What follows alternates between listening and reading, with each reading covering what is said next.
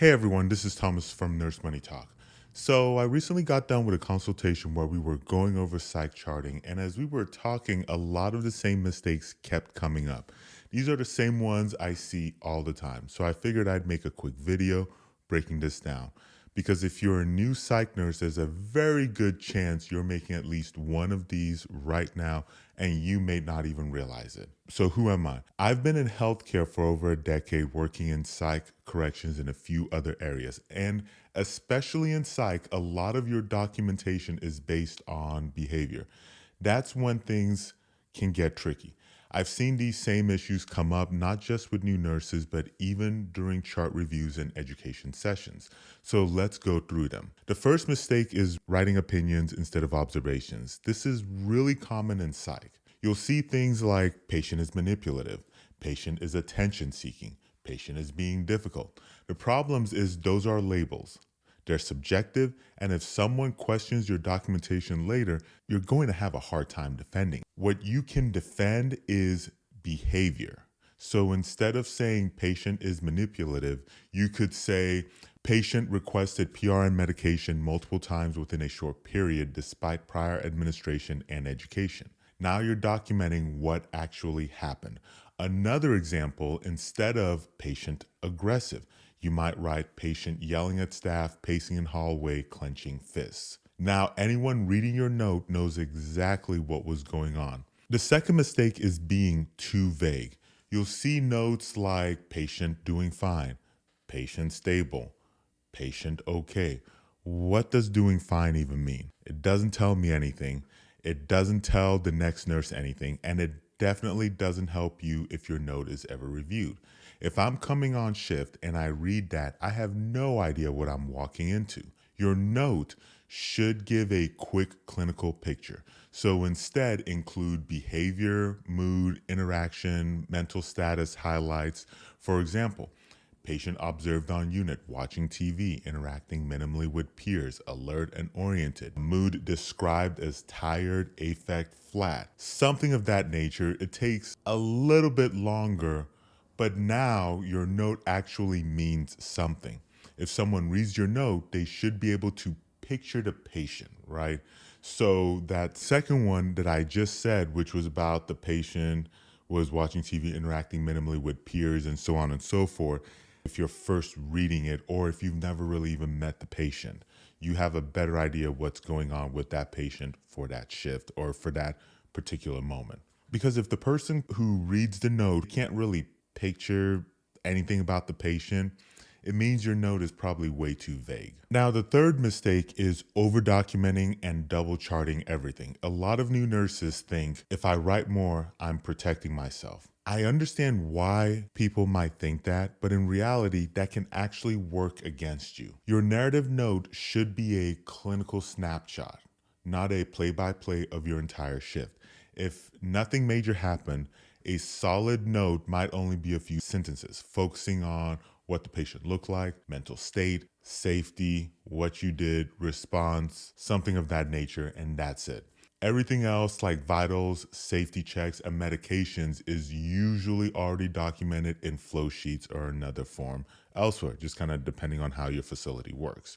Because what ends up happening is that whenever you try to include everything in your narrative note or places where it doesn't really need to be at, or when you're recopying the same thing that's already been included in the flow sheet or in the Q 15-minute rounds or something of that nature, you end up burying important information, your note becomes harder to read, and sometimes that can actually create some discrepancies if you have the same thing in two different places, but they don't quite actually match, if that makes sense. Now, obviously, if your facility requires double charting for whatever reason, follow the policy. But if something is already documented elsewhere and there's no requirement by your facility to redocument the exact same thing somewhere else, there's usually no reason to repeat it in your narrative note or elsewhere unless it actually matters clinically. For example, if vitals are already in the flow sheet,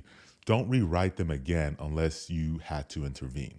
Real quick, if you're listening to this and thinking, yeah, I've definitely done at least one or two of these, that's actually why I put together a psych documentation guide with templates and real examples you can follow every shift so you're not guessing what to write. You can get to it by going to nursemoneytalk.com/psych charting note. Link to it will also be listed below as well. Another thing, I don't talk too much about this a lot because I keep it fairly limited, but I do offer one-to-one consultations. We can go over your documentation, your workflow, or anything related to your nursing career. If you're interested, you can check out nursemoneytalk.com/consultation.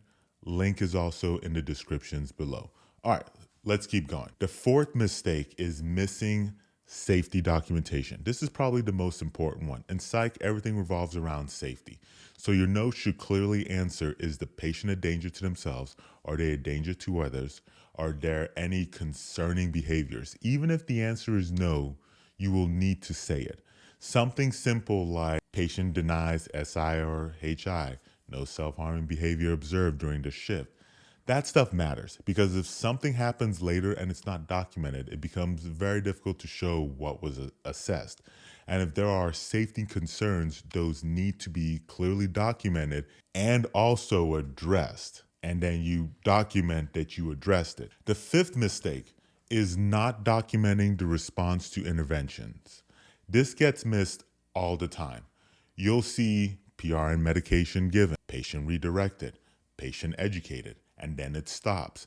But that's only half the story. What matters is what happened after.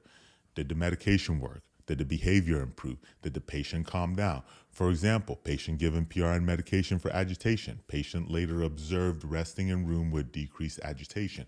Now you're showing outcome and not just action. Same with redirection. Patient redirected from pacing and yelling. Patient able to sit in day room with no further escalation. Another place this gets missed quite a bit is when serious events like a hold or restraint happens. You document the incident, but forget to document what happened after. Always include the patient's condition afterward, whether there were injuries, any follow-up care. For example, patient later observed resting in room with no further agitations, no injuries noted. Notice how in the end of that, I mentioned about that the patient had no injuries. Because if you had to initiate some kind of therapeutic restraint on the patient, you need to make sure that you can speak to if there was any injury or no injury. If there was an injury, document what it was and what the treatment was that was provided, if any. That follow-up piece is huge. It shows the full picture, not just the crisis. So here's the thing. If you take anything from this, it should be this. Good psych documentation isn't about writing more. It's about being clear, objective, and structured. If you need any extra help, don't forget about the consultations. And also don't forget about that psych charting template and help guide as well that I'll also link in the descriptions below. You can get to all of those by going to nursemoneytalk.com/consultations. Thank you so much for watching. Don't forget to give this video a thumbs up and I will catch you very soon in that next one.